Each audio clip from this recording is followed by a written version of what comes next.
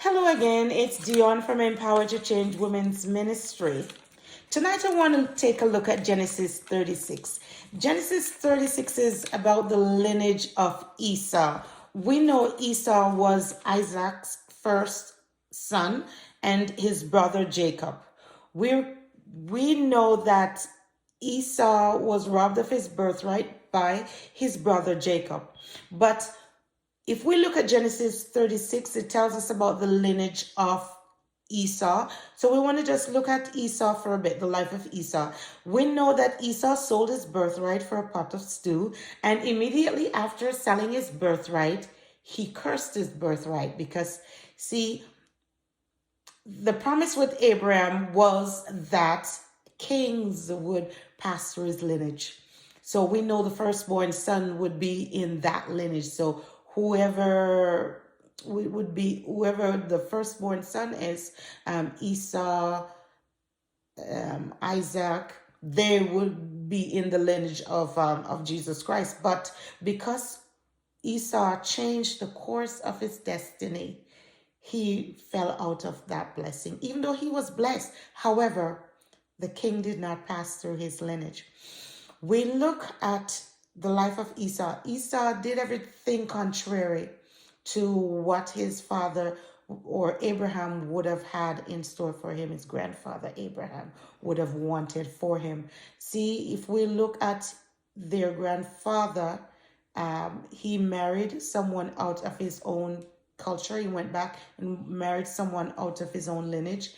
He also, for Esau, his father, he went back and married his mother Rebecca, and Abraham married Sarah. And also, even though Jacob was a trickster, Jacob went back to his own land and married someone which is in line with what had happened with his grandfather and his father. Here we're looking at the life of Esau. Esau married outside of his lineage. He also sold his birthright for a pot of stew, and he did everything contrary. Esau gave in to the flesh, and because Esau was looking at momentary gratification, he did not reflect on the significance of what his birthright meant to him.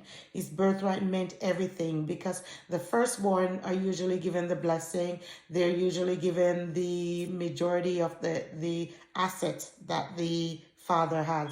So had Esau not sold his birthright, he would have inherited all of that. One would argue with that and say, well, it's the fact that he lost his birthright was because Rebecca and Jacob had tricked the Esau and had tricked Isaac into blessing Jacob instead. However, we don't know what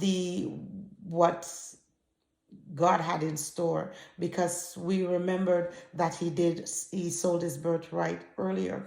In addition, in Hebrews 12 verse 16-17, it tells us there that Esau sold his birthright, and Esau repented and prayed and asked for forgiveness, and he told us that he could find none. So that means that when he sold his birthright, it was final.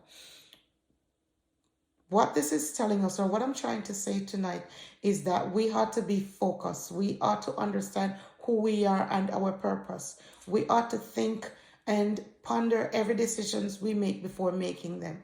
Esau was thinking of fulfilling the lust of his flesh, because his belly, he was hungry. He wanted to just fulfill that. But then after he ate and he was full, that only then did he reflect and hated his birthright, because he realized at that point what he had done.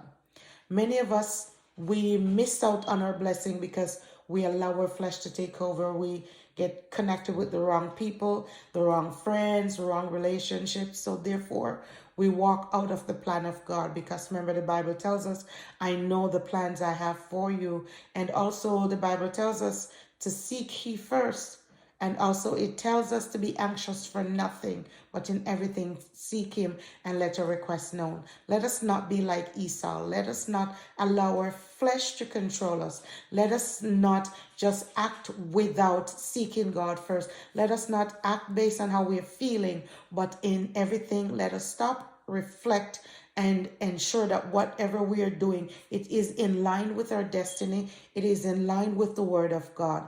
Even though we may have fallen like Jacob, if we look at Jacob's life, we may have fallen along the way, but if you realize Jacob, how he turned his life around, he grew close to God and ended up having a good relationship wherein he was blessed. He held on to God and his blessing came through. His name was changed. His situation was changed.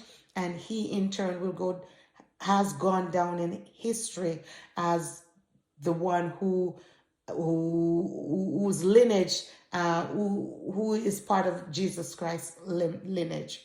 So this is just a reminder to all of us who are children of the Most High to stay focused. Don't allow the enemy to distract us from our path.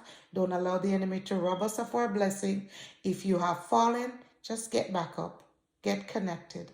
Again, my name is Dion Latouche Ellis, and I'm from Empowered Ministry, and I challenge you to grow.